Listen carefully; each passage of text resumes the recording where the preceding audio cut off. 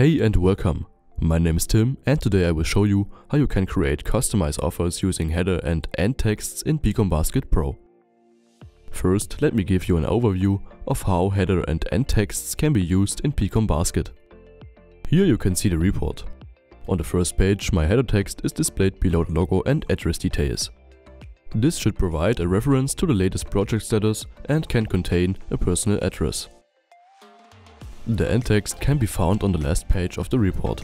Important information is summarized here again.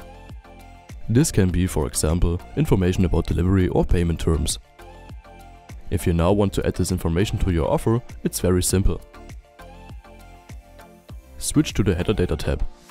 In the offer section you will find the option to enter and format header and end texts in the text fields.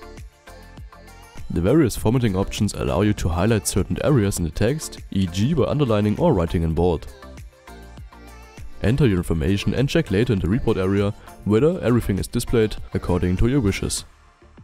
The header and end texts can also be displayed or hidden here as an option.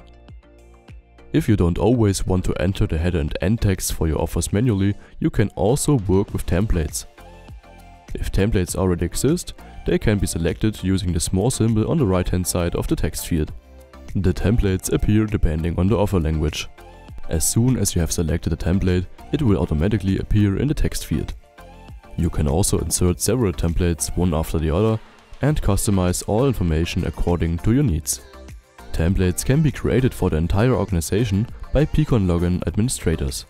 If you are the administrator of your organization, I will show you how you can easily implement this.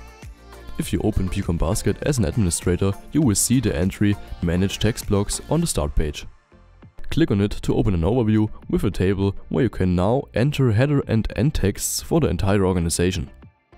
Remember, only the text blocks that match with the offer language and the previously defined language are displayed in the project. The offer language can be changed directly in the project at any time. Select the language in which you want to create a text block on the left.